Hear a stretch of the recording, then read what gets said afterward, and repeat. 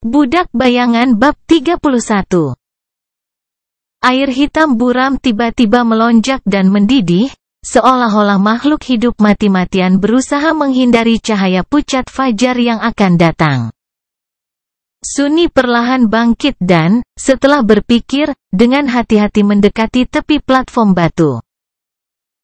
Melihat ke bawah, dia berkedip dan kemudian berlutut untuk memastikan bahwa apa yang dilihatnya bukanlah ilusi. Laut tampak surut. Perlahan pada awalnya, dan kemudian semakin cepat dan semakin cepat, ketinggian air menurun. Formasi batu melingkar tempat dia berlindung biasanya hampir tidak menonjol keluar dari ombak, tapi sekarang ada meter dan meter batu basah antara dia dan permukaan laut yang gelisah. Saat matahari terbit, pasang surut yang mengerikan terus berlanjut. Segera, Sunni mendapati dirinya berdiri di tepi tebing tinggi, dengan jurang setinggi 100 meter memisahkannya dari air yang bergolak. Di bawahnya, formasi batuan melebar dan berubah bentuk. Namun, dari sudut pandangnya, sulit untuk menentukan dengan tepat bentuk apa itu. Pada saat itu, permukaan air yang gelap mulai ditusuk di sana-sini oleh pisau merah tajam. Saat jatuh lebih jauh, seolah-olah hutan merah tua perlahan naik dari kedalaman hitam. Pohon-pohon itu terbuat dari sesuatu yang menyerupai karang, tumbuh secara acak satu sama lain dan membentang ke arah langit. Mereka berukuran sangat besar, dengan tonjolan tidak beraturan yang terjalin dan menyatu, tampak monumental dan menakutkan dalam realitas hitam dan merah dari kehampaan yang diterangi matahari. Labirin yang dibentuk oleh karang aneh ini terbentang sejauh mata memandang Sunni, terpecah di sana-sini oleh tebing yang menonjol, jurang yang tiba-tiba, dan kenampakan alam yang jauh. Setengah jam kemudian, sangat terkejut, Sunni menatap ke bawah dan menyadari bahwa laut sudah benar-benar hilang. Jika bukan karena rumput laut hitam yang dibiarkan tergantung di bebatuan basah dan pilar merah karang, dia bahkan ragu apakah itu pernah ada. Pulau bundar kecilnya telah berubah menjadi puncak tebing yang aneh, menjulang tinggi, dan berbentuk tidak beraturan. Melihat ke bawah, dia merasa kepalanya berputar. Saat itu, malam sudah sepenuhnya mundur, membiarkan pagi akhirnya menggantikannya. Aku tidak melihat sesuatu kan? Sunni berpikir, mencubit dirinya sendiri. Mantra apa itu? Meskipun laut gelap tiba-tiba menghilang dan monster-monsternya yang tersembunyi, Sunni tidak terburu-buru untuk turun dari platform batu bundarnya. Pertama, dia merasa bahwa jika laut bisa menghilang, pasti bisa kembali, mungkin kapan saja. Kedua, dia tidak tahu bahaya apa yang disembunyikan labirin karang. Mungkin ada sesuatu yang lebih menakutkan daripada pemilik tentakel raksasa di bawah sana. Tapi itu tidak berarti bahwa dia tidak akan menjelajah. Kembali ke tempatnya di tengah peron, Sunni duduk dan memerintahkan bayangannya untuk memisahkan diri dari tubuhnya. Kemudian, mengambil kendali, dia mendekati tepi peron dan dengan gesit meluncur ke bawah. Biasanya berpindah dari satu bayangan ke bayangan lainnya, dia mulai turun. Saat ini, Sunni senang karena bayangan tidak memiliki bobot dan tidak terpengaruh oleh gravitasi. Saat bayangan itu sibuk menuruni tangga, Sunni menguap. Katakan, tidakkah menurutmu kamu perlu nama? Meski bayangannya sudah terlalu jauh untuk mendengarnya, mereka masih bisa berkomunikasi melalui koneksi bersama mereka. Tentu saja, fakta bahwa itu bisa tidak berarti itu akan terjadi. Bayangan itu agak pendiam, terutama karena tidak memiliki pita suara dan tidak dapat berbicara. Plus, temperamennya tidak terlalu bagus. Bagaimana dengan tak tahu malu? Tidak. Bagaimana dengan teduh? Juga tidak. Bagaimana dengan sesuatu yang lebih sederhana, seperti apa? Nah, apakah Anda punya saran? Baiklah, kita akan mengesampingkan percakapan ini untuk nanti. Pada saat dia selesai dengan monolog pendek ini, bayangan sudah mencapai dasar tebing. Kisaran kontrol bayangan tidak terbatas, tetapi itu hanya cukup untuk menjelajahi lingkungan terdekat mereka. Memasuki labirin, Sunny merasa sangat membingungkan dan berbelit-belit. Jalur antar pilar karang terkadang lebar, terkadang sempit. Mereka berputar dan berputar tanpa logika, sering mengarah ke jalan buntu atau bahkan kembali ke titik awal. Lebih dari itu, beberapa jalur masuk ke dalam gundukan karang, berubah menjadi terowongan gelap. Labirin itu luas dan berlapis-lapis, membuat kepala Sunny sakit setelah berkali-kali mencoba menghafal tata letak jalur terdekat tanpa hasil. Pada akhirnya, dia mengirim bayangan itu ke atas, memaksanya untuk naik ke atas hutan merah tua dan mulai melompat dari satu bilah karang tajam ke yang lain. Tahu betul bahwa dia sendiri tidak akan bisa melakukan hal yang sama. Segera, dia mengitari tebing aneh dan membeku, ketakutan melihat apa yang terjadi di bayangannya. Di sana, mayat makhluk mirip hiu raksasa yang sempat mengejarnya malam sebelumnya tergeletak di tanah, pilar-pilar karang di sekitarnya hancur dan patah. Lebih tepatnya, setengahnya ada di sana, dengan jeroan aneh keluar dari luka yang mengerikan dan membentang jauh ke kejauhan. Separuh lainnya hilang, seolah-olah tidak pernah ada.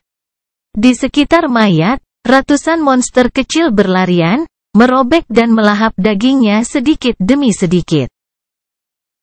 Masing-masing tingginya sekitar 2,5 meter, tampak seperti campuran aneh dari kepiting setan, centaur, dan mimpi buruk. Mereka memiliki 4 pasang kaki panjang tersegmentasi yang berakhir dengan tonjolan seperti sabit. Di bagian depan, tubuh mirip manusia menonjol dari karapas, juga dibalut baju besi chitness yang tebal. Kepala, jika itu kata yang tepat, terletak tepat di atas batang tubuh, tanpa leher di antaranya. Itu memiliki 2 celah mata yang sempit dan mulut yang tampak kental dengan beberapa rahang berlendir.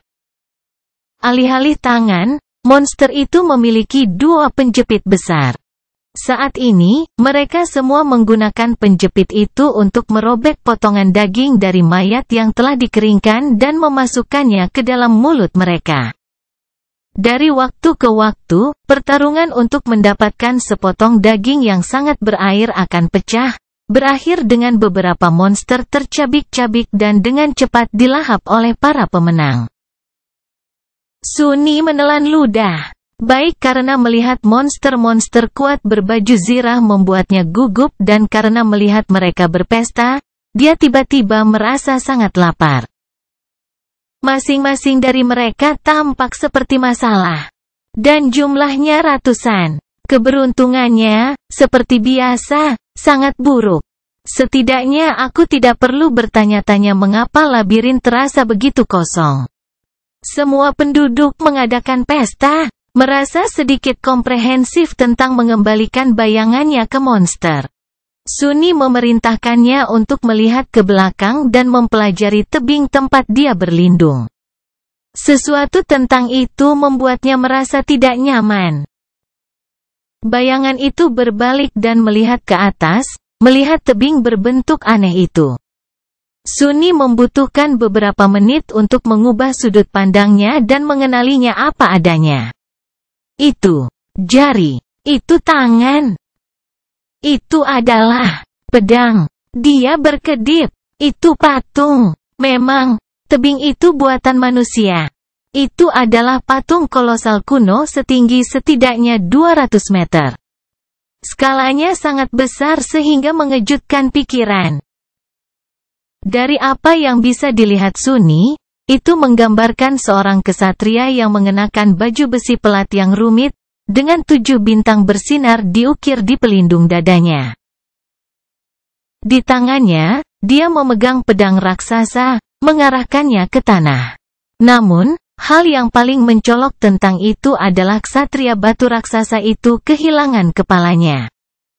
Faktanya, platform bundar yang kurang lebih sunyi berdiri ternyata adalah bagian atas lehernya. Dan dari kelihatannya, kepala itu sengaja tidak hilang. Seolah-olah sesuatu, atau seseorang, telah merobeknya dengan kasar di beberapa titik di masa lalu yang jauh. Sunni berjalan mengitari peron, melihat ke bawah dari semua sisi, tapi tidak memperhatikan kepala yang tergeletak di dekatnya. Tempat apa ini? Tanpa petunjuk apapun untuk menemukan jawabannya, dia membawa bayangannya kembali ke leher raksasa itu dan menetap di tepi baratnya, mempelajari monster-monster yang berpesta. Dia tidak bergerak sampai matahari akan terbenam. Seperti yang diharapkan Sunni, begitu matahari menyentuh cakrawala, gemuruh yang memekakkan telinga terdengar dari suatu tempat di bawah. Monster-monster itu langsung menghentikan pesta mereka dan bergegas pergi, beberapa bersembunyi di dalam pilar karang, beberapa hanya mengubur diri di tanah yang lunak. Beberapa menit kemudian, aliran air hitam pertama muncul di labirin. Volume mereka bertambah dengan cepat, dan tak lama kemudian banjir apokaliptik melahap segala sesuatu di sekitarnya. Laut kembali dengan pendekatan malam. Sunni menatap proses yang tak terbayangkan ini, pikiran berputar-putar di kepalanya. Dalam 1 jam, platform melingkar menjadi satu-satunya benda di atas perairan yang gelap sekali lagi. Budak Bayangan bab 32. Dengan perut kosong dan kepala penuh pikiran, Sunni kembali ke tengah panggung dan duduk. Setelah beberapa saat, dia memberi isyarat ke bayangannya dan berkata, "Bangunkan aku jika terjadi sesuatu." Kemudian, dia menutup matanya dan mencoba untuk tertidur. Kesadarannya dengan cepat meluncur ke pelukan manis kegelapan, memberi Sunni istirahat yang sangat dibutuhkan. Namun, di tengah malam, dorongan tiba-tiba membuatnya terjaga. Sunni melompat berdiri, pikirannya yang pusing penuh dengan ketakutan yang mencekam. Dia takut pemilik tentakel raksasa itu kembali untuk menyelesaikan pekerjaannya. Atau mungkin kengerian lain dari kedalaman telah merasakannya dan memutuskan untuk mengemil daging manusia. Namun, lautnya tenang dan tenang. Dia tidak mendengar adanya kelainan di sekitar patung ksatria. "Apa itu?" Sunni berbisik, menyapa bayangan itu. Bayangan diam-diam mengarahkannya ke arah tertentu. Memutar kepalanya, Sunni menyipitkan mata. Dia dengan cepat mengerti mengapa ide yang bagus untuk bangun. Kalau tidak, dia tidak akan bisa melihat. Di luar sana di kejauhan, beberapa kilometer jauhnya, cahaya oranye kecil berkilauan di kegelapan. Pantulannya naik dan turun dengan gerakan ombak. Jaraknya terlalu jauh untuk mengetahui detailnya, jadi Sunni hanya menatapnya sebentar. Tak lama kemudian, cahaya itu menghilang. Penidur lain, fenomena alam, atau monster yang memasang jebakan?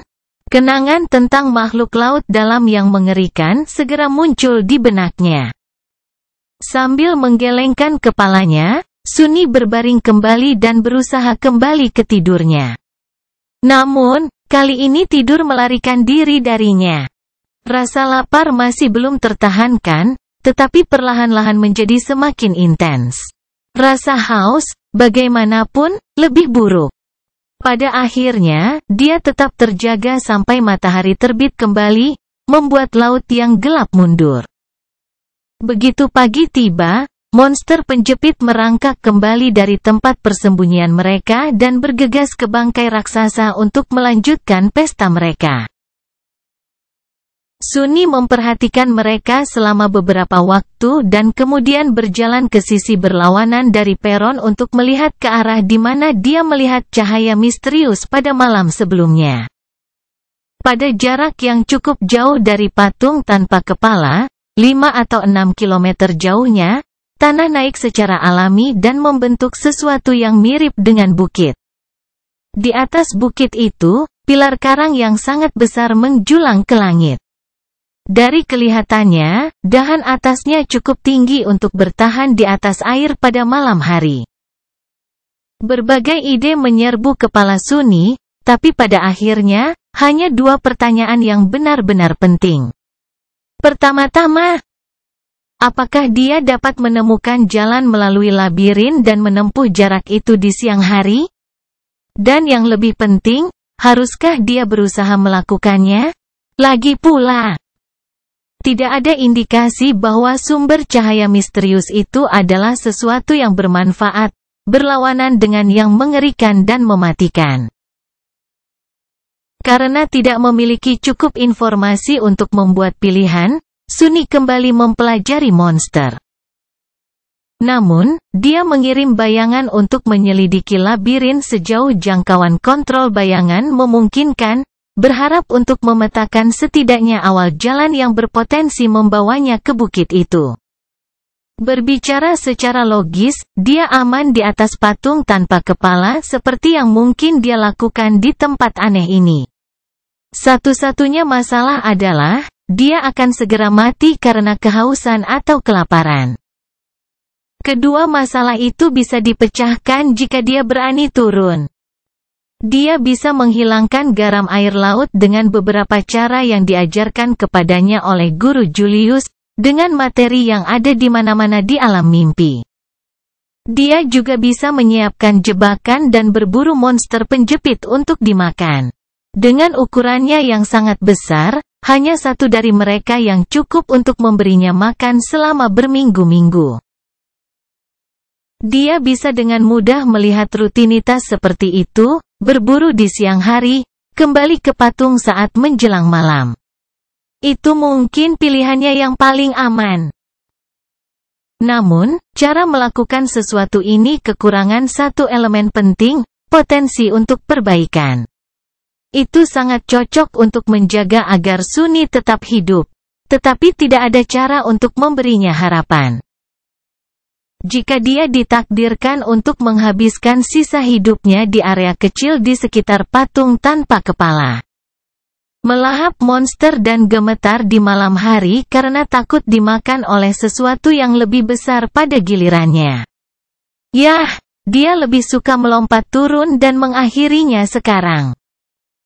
Artinya, satu-satunya pilihan yang tersisa baginya adalah mencoba dan mencapai sumber cahaya jingga. Dan jika Sunny benar-benar mencoba untuk mencobanya, dia harus melakukannya sebelum monster penjepit selesai memakan bangkai raksasa itu. Dengan begitu, setidaknya, segmen labirin di sekitarnya akan bebas dari mereka. Teguh dalam pilihannya, Sunny memutuskan untuk meninggalkan patung tanpa kepala keesokan paginya.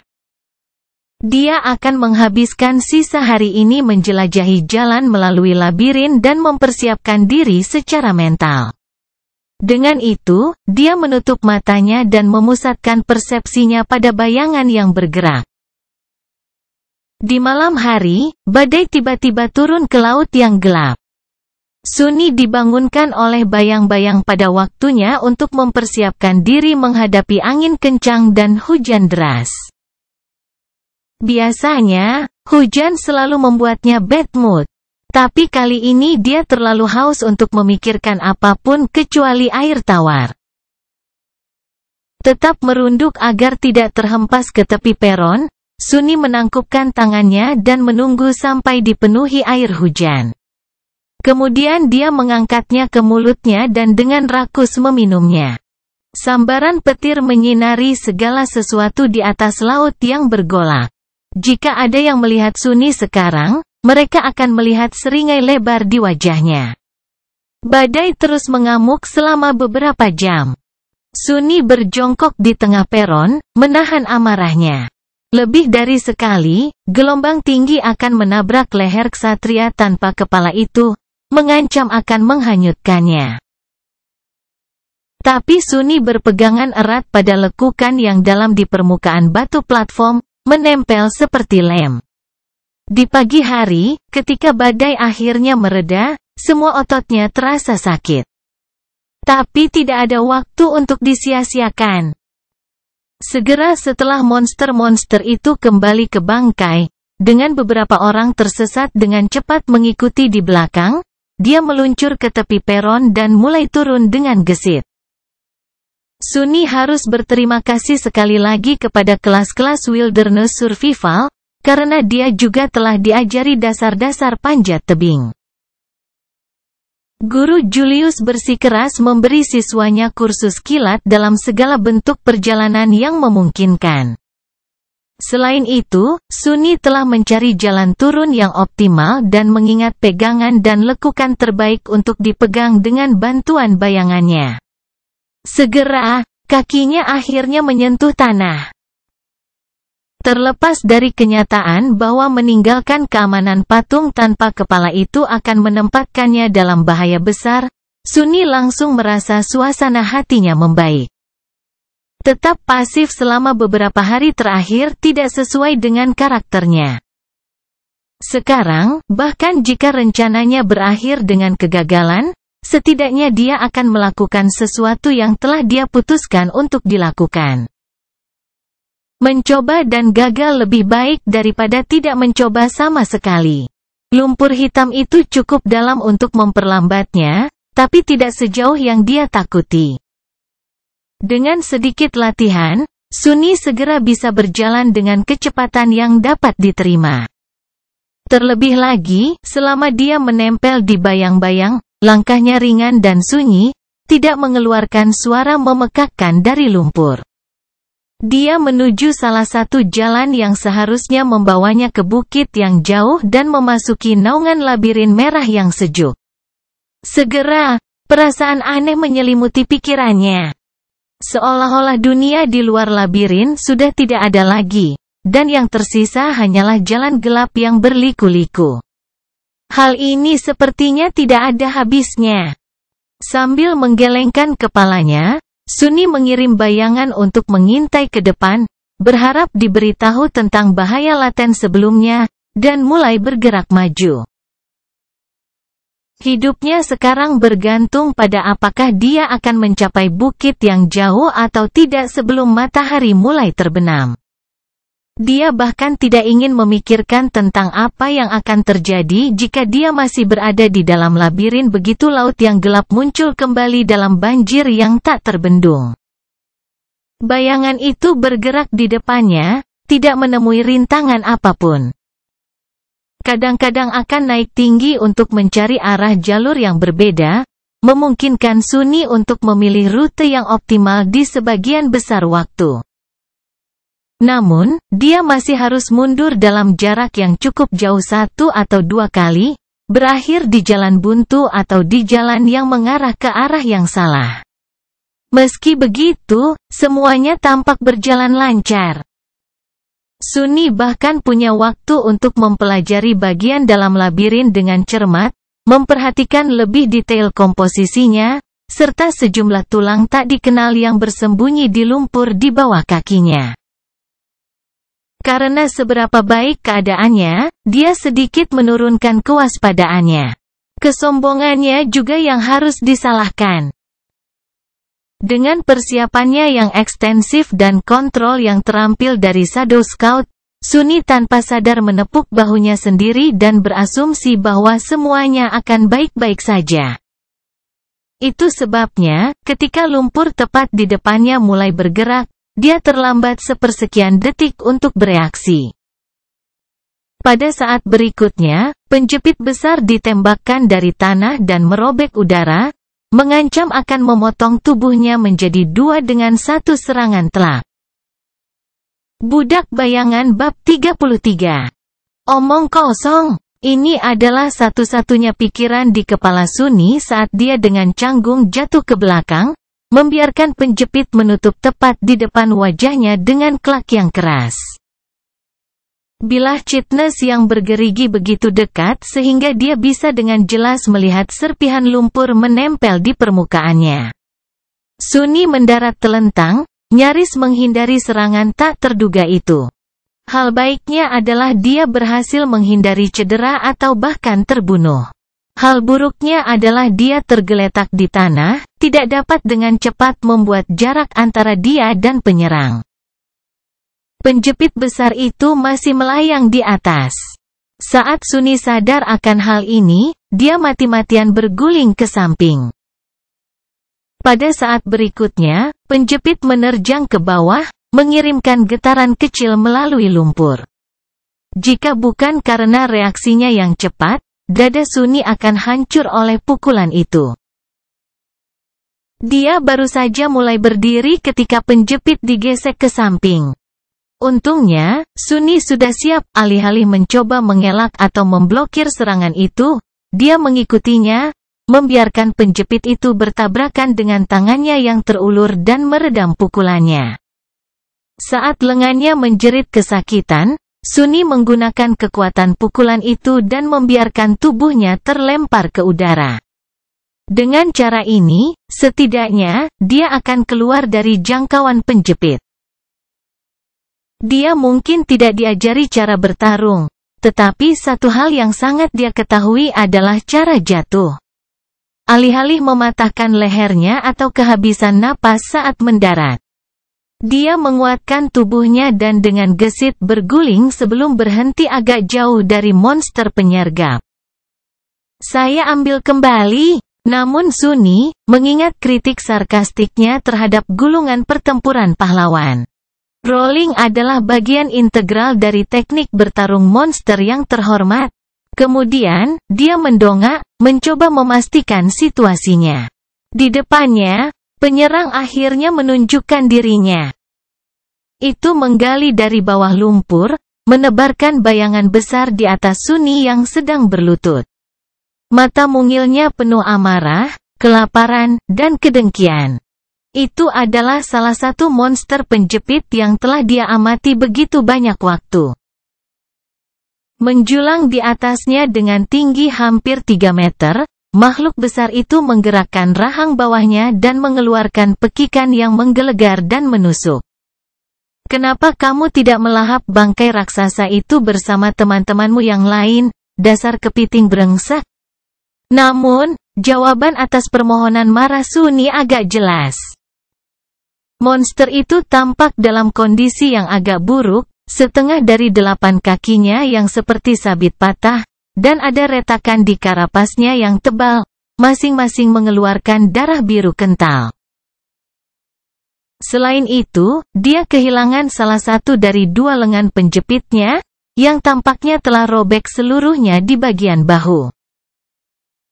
Jika bukan karena keadaan menyedihkan ini, makhluk itu tidak perlu bersembunyi di lumpur, berharap bisa menangkap mangsa yang mudah. Itu bisa saja mengikuti monster lain dan bergabung di pesta itu. Sunni hanya kurang beruntung tersandung langsung pada penyergapannya. Dia terlalu mengandalkan kemampuan pengintaian bayangannya, lupa bahwa itu tidak lebih jeli daripada manusia yang terbangun. Itu juga tidak berbobot dan tidak terdengar. Itulah mengapa monster itu tidak bereaksi ketika bayangan melewati jebakannya semenit sebelumnya. Di sisi lain, Sunni juga bisa menganggap dirinya beruntung. Dengan logika yang sama, dia tidak akan bisa menghindari serangan tiba-tiba makhluk itu jika bukan karena keadaannya yang lumpuh dan melambat. Tapi memikirkan keberuntungannya bisa menunggu nanti. Saat ini, Sunni memiliki hal yang jauh lebih mendesak untuk dilakukan, yaitu mencoba bertahan. Kembali ke sini, dia memerintahkan bayangan itu dan melompat ke samping. Detik berikutnya, ruang yang dia tempati sesaat sebelumnya dihancurkan oleh monster yang menyerang. Penjepitnya yang berat menabrak sisi pilar karang, mengirimkan pecahan merah terbang ke segala arah. Sunni menjaga keseimbangannya dan terus bergerak. Dia berharap bahwa makhluk besar, lapis baja berat, terluka tidak akan mampu menandingi kecepatannya, tapi sayangnya, ternyata sangat gesit. Kakinya yang seperti sabit menembus lumpur di belakangnya, dan penjepit itu sudah terbang di udara lagi, mengancam akan memenggal pemuda itu kapan saja. Suni merunduk, menghindari penjepit, dan akhirnya mendapatkan penangguhan hukuman sedetik. Matanya melesat ke sekeliling, mati-matian mencari sesuatu untuk digunakan sebagai senjata. Hampir seketika, dia melihat tulang panjang, halus, dan tajam yang ditinggalkan oleh makhluk tak dikenal yang mencuat dari lumpur.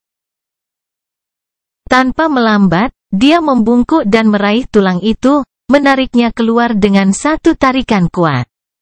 Tulang itu panjangnya hampir 1,5 meter, ujungnya sempit dan tajam. Itu hampir seperti tombak. Masalahnya adalah, bahkan dengan penambahan panjang tombak darurat ini, jangkauan serangan Suni masih lebih pendek dari monster itu. Dia juga meragukan bahwa itu mampu menembus karapas yang keras. Singkatnya, dia harus mendekat dan membidik salah satu celah di armor makhluk itu. Namun, dia tidak berani. Pada jarak sesingkat itu, monster itu dapat dengan mudah menghancurkannya menjadi pasta hanya dengan menggunakan berat dan kerangka raksasanya. Sebuah ide gila memasuki benak Suni. Sedikit kaget. Untuk sesaat dia tidak bisa memutuskan apakah itu hasil dari keberanian atau kebodohan. Either way, dia tidak cukup gila untuk benar-benar mempertimbangkannya. Pada saat itu, penjepit menyerang lagi. Kali ini, Suni sedikit terlambat untuk mengelak, akibatnya rasa sakit yang menusuk kaki kirinya. Itu menyerempet tepi penjepit. Kain kafan dalang dipegang, tidak membiarkan monster itu mengambil darah, tetapi kekuatan dampaknya cukup untuk membuat Suni jatuh ke tanah. Tidak ada waktu untuk pulih. Saat matanya terbuka lebar, Suni mengerti bahwa sudah waktunya untuk bertindak gila. Jadi, alih-alih mencoba menghindar, dia berhenti bergerak dan membiarkan monster itu mencengkeram tubuhnya dengan penjepit. Segera, tekanan yang mengerikan turun ke tulang rusuknya. Suni merasa seolah-olah dia akan terbelah, tetapi baju zirahnya, yang diterima dari mengalahkan seorang tiran yang terbangun, menahan gigitan yang menghancurkan dari penjepit monster itu. Setiap otot di tubuhnya menegang, menunda saat isi perutnya akan berubah menjadi bubur. Detik berikutnya, bayangan Suni jatuh dari atas, menyelimuti kain kafan dalang. Dengan sifat pelindung dari baju zirah yang ditingkatkan, dia mampu menahan pelukan penghancur penjepit dengan lebih baik. Suni dan monster itu tampak menemui jalan buntu. Pemuda itu tidak bisa melepaskan diri dari cengkeraman monster itu, sementara monster itu tidak bisa membunuh mangsanya dengan memotongnya menjadi 2 bagian dengan capitnya. Mereka menatap satu sama lain. Kemudian, api gila menyala di mata makhluk itu. Ia mengatupkan rahang bawahnya dan mengangkat Suni ke udara, membawanya lebih dekat ke mulutnya, jelas berniat untuk menggigit kepalanya. Mengapa semua orang mencoba memakanku? Apa aku begitu enak? Suni tidak meronta saat monster itu mendekatkannya ke rahangnya. Dia tahu dia hanya memiliki satu kesempatan untuk hidup. Di saat-saat terakhir, Suni membiarkan bayangan mengalir dari kain kafan dalang ke tulang tajam yang masih dia genggam di tangannya. Kemudian, dia mengumpulkan seluruh kekuatannya, mencondongkan tubuh ke depan dan mendorong tulang ke depan dengan kekuatan sebanyak yang dia bisa. Dipandu oleh tangannya, tombak tulang gelap itu melesat ke depan dan menembus mata mungil makhluk itu, tenggelam dalam. Mata monster yang lain menyempit. Sambil mengertakkan gigi karena rasa sakit yang tak tertahankan di tulang rusuknya, Suni memutar tulangnya, berusaha merusak otak makhluk itu sebanyak mungkin. Selama beberapa detik, tidak ada yang terjadi. Kemudian, dia merasakan tekanan pada tubuhnya berkurang. Penjepit terbuka, membiarkan Suni jatuh. Saat dia mencapai mood, monster raksasa itu juga jatuh ke tanah. Tombak tulang masih mencuat dari kepalanya, bermandikan aliran cairan biru. Sunny mengerang dan menarik napas serak dan menyakitkan. Kamu telah membunuh binatang yang terbangun, pemulung karapas. Anda telah menerima memori, Azure Blade. Bayanganmu semakin kuat. Budak Bayangan bab 34. Sunny telentang di lumpur, berusaha mengatur napas. Suara halus mantra bergema di telinganya. Bayanganmu semakin kuat. Segera, dia merasakan sedikit perubahan. Tubuhnya tumbuh sedikit lebih kuat, penglihatannya sedikit lebih tajam, kulitnya sedikit lebih halus. Perubahannya minimal, tetapi terlihat jelas. Apa itu tadi? Dia punya tebakan, dan mudah untuk dikonfirmasi. Sunny memanggil rune. Fragmen bayangan, 14/1000. Sebelumnya, dia hanya memiliki 12 fragmen bayangan misterius, tanpa pengetahuan tentang cara mendapatkan lebih banyak.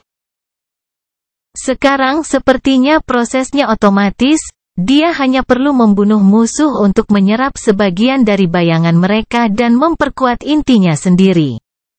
Lebih dari itu, jumlah fragmen yang bisa dia terima tidak berkorelasi langsung dengan jumlah musuh yang terbunuh. Setelah sedikit berpikir, Sunny sampai pada kesimpulan awal, inti jiwa yang tidak aktif memberinya 1 fragmen, sedangkan inti jiwa yang terbangun memberinya 2. Namun, hanya musuh yang dia kalahkan secara langsung. Kurang lebih, yang dihitung, membunuh larva Raja Gunung, seekor binatang yang tidak aktif, telah memberinya 1 fragmen bayangan. Menghabisi budak veteran, manusia yang tidak aktif. Lainnya, Mountain King sendiri adalah tiran yang terbangun, yang berarti ia memiliki 5 inti yang terbangun. Dengan masing-masing memberi Sunny 2 fragmen bayangan, dia berakhir dengan total 12. Dan sekarang, setelah membunuh pemulung karapas, dia memiliki 14.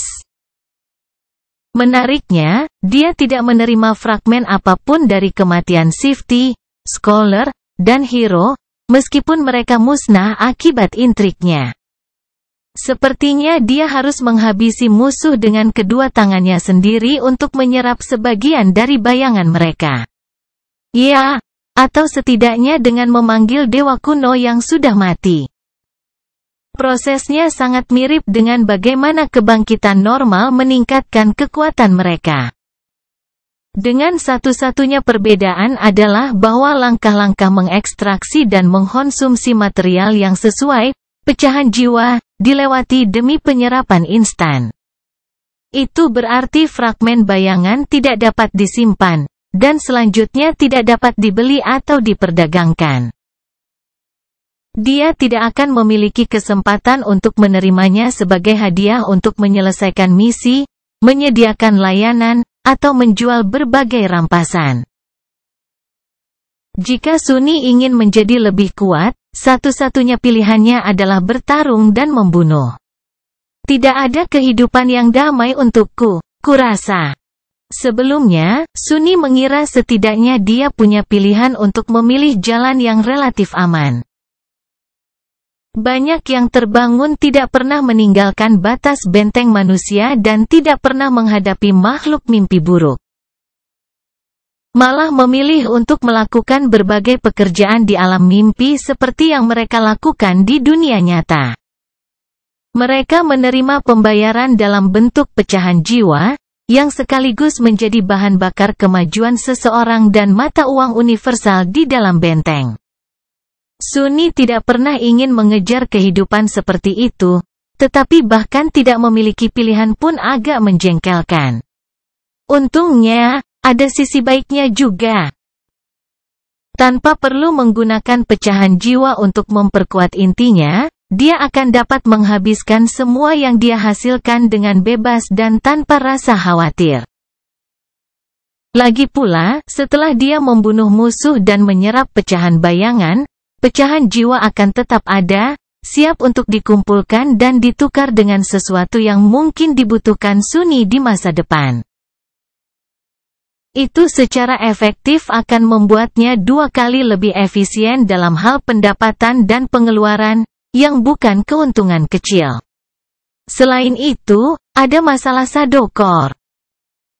Karena Sunni dan bayangannya terikat padanya, memperkuat inti tidak hanya akan meningkatkan kekuatan Sunni, tetapi juga meningkatkan bayangan. Jadi, jika dia menggunakannya untuk memperkuat dirinya sendiri, efek sebenarnya akan bertumpuk, menghasilkan peningkatan 2 kali lipat. Jadi, untuk setiap fragmen bayangan yang dia kumpulkan, Sunni benar-benar dapat merobek manfaat 2 kali lebih banyak daripada yang diperoleh dari pecahan jiwa. Tidak buruk. Tidak buruk sama sekali. Masa depan cerah. Asalkan dia bertahan dan mendapat kesempatan bahkan punya masa depan tentunya. Duduk, Sunni menggerakkan matanya dan menemukan kumpulan rune yang menggambarkan kenangannya. Azure Blade. Apakah dia akhirnya mendapatkan senjata? Memori, Azure Blade. Peringkat memori, terbangun. Tipe memori, senjata. Deskripsi memori, di pantai yang terlupakan ini, hanya baja yang ingat. Menarik. Tidak terlalu informatif, tapi menarik. Sunni memanggil senjata barunya, dan pedang ringan yang tajam segera muncul di tangannya. Panjangnya sekitar 1 meter, termasuk gagangnya. Bilahnya lurus dan bermata satu, diakhiri dengan ujung bersudut. Itu ditempa dari baja biru, dengan pola berlapis yang indah. Jauh di dalam baja, percikan api putih bisa terlihat. Penjaga silang itu minimalis dan sederhana, hampir tidak menawarkan perlindungan ke tangan pengguna. Jika Sunni tahu cara menggunakan senjata dingin, dia akan menyebutnya Tang Dao. Namun, dia tidak tahu tentang hal-hal seperti itu, yang bisa dia kumpulkan hanyalah bahwa bilahnya bermata satu.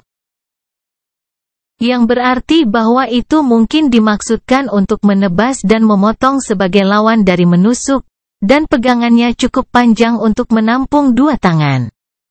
Juga, pedang itu cantik. Dia memanggil bayangan itu dan membuatnya membungkus dirinya di sekitar Azure Blade. Segera, baja itu menjadi hitam kebiruan, dengan semburan bunga api putih. Itu tampak seperti langit malam yang diterangi bintang. Sunni berdiri dan mengayunkan pedangnya beberapa kali, membiasakan diri dengan beratnya. Tepi tajam bersiul saat memotong udara. Nah, sekarang aku akhirnya terlihat seperti orang yang bangkit.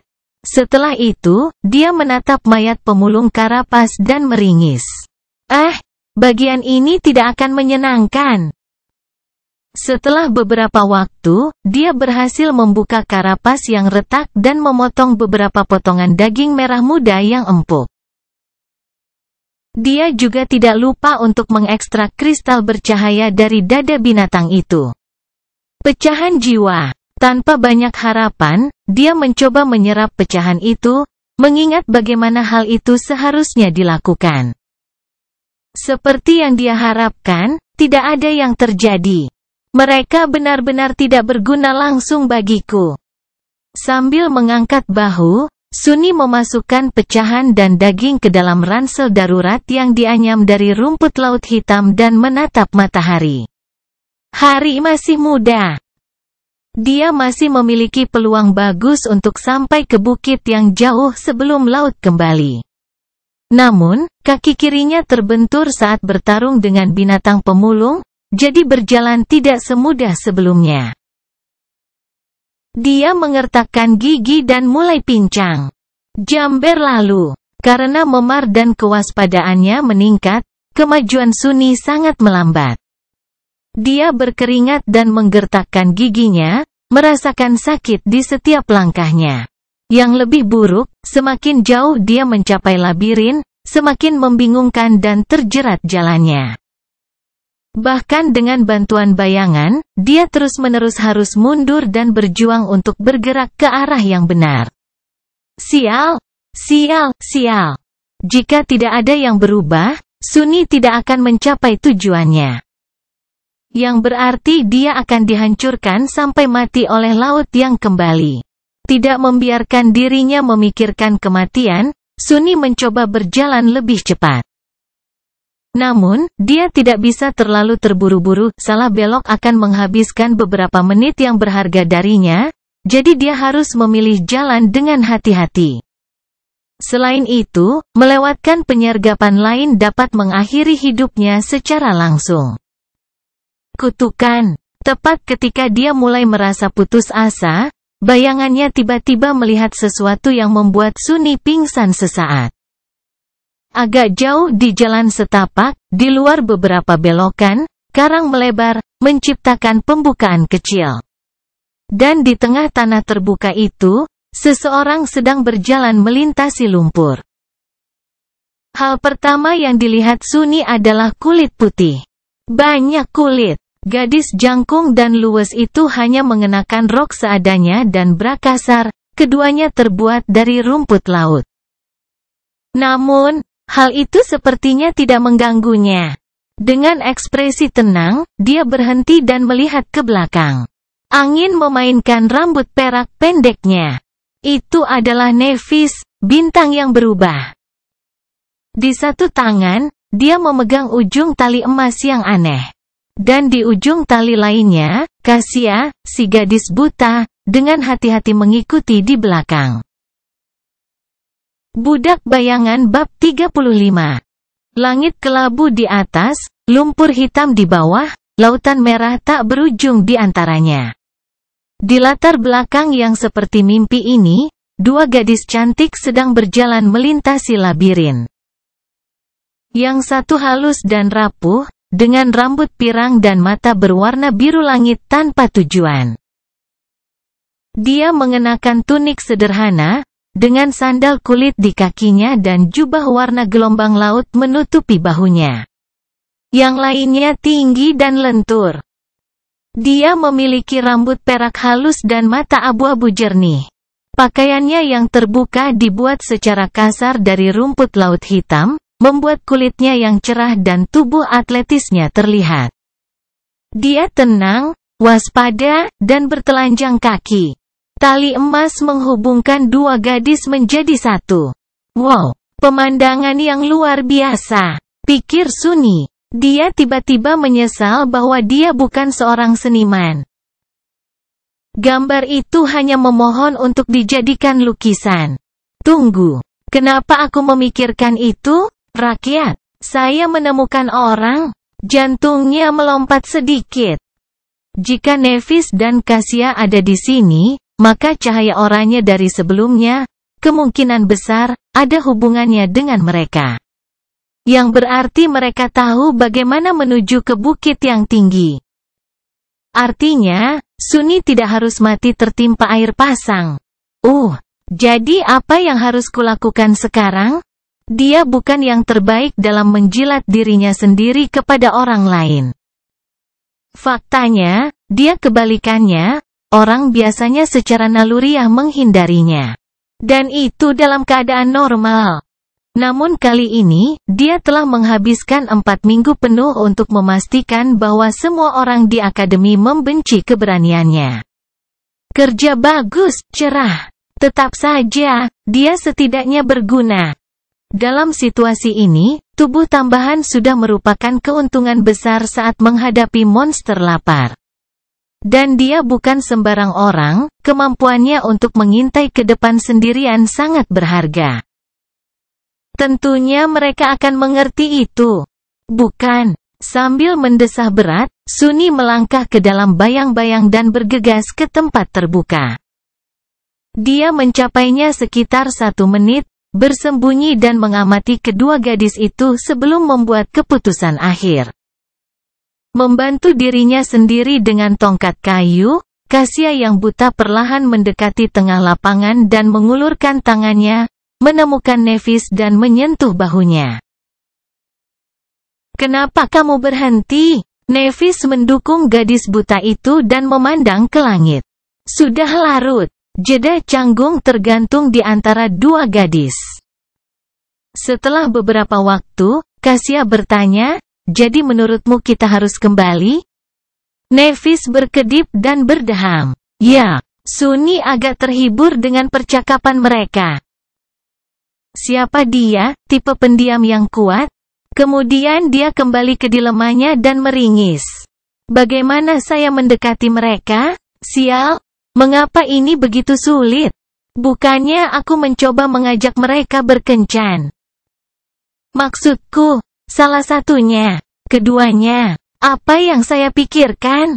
Pergi dan sapa saja. Tapi kemudian, jika dia tiba-tiba muncul dari bayang-bayang, sama sekali tidak seperti bajingan. Seberapa tinggi kemungkinan mereka ketakutan dan menyerangnya sebelum menyadari bahwa dia bukan monster? Tunggu, kenapa mereka? Persetan dengan ini. Memutuskan pendekatan teraman, Sunni memerintahkan bayangannya untuk meninggalkan tempat persembunyiannya dan pindah ke tempat di mana Nevis dapat melihatnya dengan jelas. Dia bisa dengan jelas merasakan bayangan memutar matanya saat mematuhi perintah. Begitu bayangan mulai bergerak, Nevis tiba-tiba menjentikkan tangannya ke samping. Segera, pedang panjang muncul di dalamnya, memotong udara saat mengambil posisi bertahan. Bahkan sebelum bayangan itu bisa mengambil 2 langkah dari tempat persembunyiannya, itu sudah ditusuk oleh mata abu-abu Changing Star. Bayangan itu membeku. Sepertinya agak terkejut. Kasia mundur selangkah. Nev, ada apa? Nevis tidak segera menjawab, dengan hati-hati mengamati bayangan itu. Lalu dia hanya berkata, ada bayangan. Wajah seperti boneka Kasia memucat. Bayangan, pemulung, gadis jangkung itu sedikit memiringkan kepalanya. Tidak, itu bayangan manusia. Ini jelas bukan yang ingin didengar Kasia. Dengan ekspresi terkejut, dia bertanya, bayangan manusia? Apa yang dia lakukan? Nevis ragu-ragu. Setelah beberapa saat, dia menjawab dengan nada datar. Dia melambai pada kita. Setelah 1 menit hening, Kasia akhirnya menemukan kata-kata untuk bereaksi. Apa? Aku berkata, itu melambai. Ya, aku tahu, maksudku. Kenapa dia melakukan itu? Nevis membuka mulutnya, lalu menutupnya lagi. Entahlah, mungkin itu pengalih perhatian untuk menjebak kita ke dalam perangkap. Pada titik ini, Sunni memutuskan sudah waktunya untuk berbicara. Dia menarik napas dalam-dalam, lalu berkata dengan nada bersahabat, sebenarnya. Aku baru saja mengirimkannya untuk memastikan bahwa kamu tidak menusukku dengan pedang itu sebelum menyadari bahwa aku adalah manusia. Segera, Nevis menoleh, menunjukkan dengan tepat lokasi di mana Sunni bersembunyi di seberkas bayangan. Pedangnya sedikit bergeser, mengarah ke ancaman baru. Jika kamu manusia, mengapa bersembunyi dalam bayang-bayang seperti bajingan? Sialan! Aku bukan bajingan, Sunni tersedak. Tapi cacatnya tanpa ampun, dia harus memberikan jawaban, dan jawaban yang jujur pada saat itu. Maksudku, kamu sedang mengubah bintang Nevis. Sejujurnya, aku sedikit takut. Nevis tidak menjawab, karena wajahnya yang sulit dibaca, hampir tidak mungkin untuk menentukan apakah dia mempercayainya atau tidak. Namun, dia memasukkan nama aslinya dalam jawabannya karena suatu alasan, jika dia adalah monster yang berpura-pura menjadi manusia, dia tidak akan mengetahuinya. Untungnya, Kasia lebih ekspresif. Apakah kamu anak laki-laki yang duduk bersamaku di kafetaria? Cerah tersenyum. Sementara itu, Nevis melirik gadis buta itu. Apakah kamu kenal dia? Kasia mengangguk. Aku mengenali suaranya. Namanya Sunless. Dia berada di peringkat kedua hingga terakhir, tepat di atasku. Gadis jangkung itu mengerutkan kening, seolah berusaha mengingat. Lalu dia bertanya, si cabul? Senyum menghilang dari wajah Suni, digantikan oleh kejengkelan. Oh ayolah, Kasia ragu-ragu dan tidak menjawab. Hei, aku bukan orang cabul, tahu? Aku hanya, mengatakan beberapa hal, kepada beberapa gadis. Itu semua salah paham. Nevis terdiam selama beberapa detik, dan kemudian, akhirnya, melepaskan pedangnya. Oke, kamu bisa keluar. Suni terlatih-tatih keluar dari bayang-bayang, memanggil punggungnya sendiri. Itu mengalir ke kakinya dan menempel kembali, tampak bergetar. Bajingan itu menertawakannya. Berhenti beberapa meter dari Nevis, dia mengangkat tangannya, menunjukkan bahwa dia tidak bermaksud menyakiti gadis-gadis itu. Changing Star memberinya tatapan ingin tahu. Apa yang terjadi denganmu? Dia merujuk pada penampilannya yang pincang, memar, dan rusak secara keseluruhan. Suni menghela napas.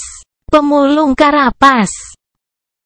Nevis mengangkat alis, kamu berhasil lolos hidup-hidup? Tentu saja. Suni tanpa sadar menegakkan punggungnya. Aku tidak lolos. Aku membunuhnya. Untuk membuktikan maksudnya, dia menunjuk ranselnya yang penuh dengan daging monster yang lezat. Nevis memandangnya sekali lagi, menilai kembali pendapatnya tentang dia. Sekarang, ada tanda-tanda persetujuan di matanya. Pemulung karapas hanyalah binatang buas, tetapi mereka masih terbangun. Dengan tambahan fisik yang perkasa dan baju besi alami mereka, mengalahkan satu bukanlah hal yang mudah bagi penidur manapun, yang semuanya memiliki inti yang tidak aktif. Apalagi seseorang dari daftar peringkat paling bawah. Kalau dipikir-pikir, itu bahkan agak terlalu luar biasa. Suni menunduk. Itu sudah terluka. Nevis mengangkat bahu. Membunuh adalah membunuh. Kamu melakukannya dengan baik. Setelah itu, dia terdiam, seolah tidak berencana untuk mengatakan hal lain. Suni juga tidak yakin harus berkata apa. Untungnya, Kasia datang untuk menyelamatkan. Apakah kamu terluka parah? Dia menggelengkan kepalanya. Tidak, hanya saja tulang rusuk dan kakiku memar, aku akan baik-baik saja dalam 1 atau 2 hari. Armorku cukup tangguh. Dia tidak khawatir mereka akan tergoda untuk membunuhnya demi mendapatkan kain kafan dalang. Itu karena kenangan dihancurkan pada saat kematian pemiliknya. Jadi mereka hanya bisa dipindahkan secara sukarela oleh orang yang masih hidup. Yah, selalu ada penyiksaan dan pemerasan. Tapi dia ragu salah satu dari 2 gadis cantik itu akan tunduk pada itu.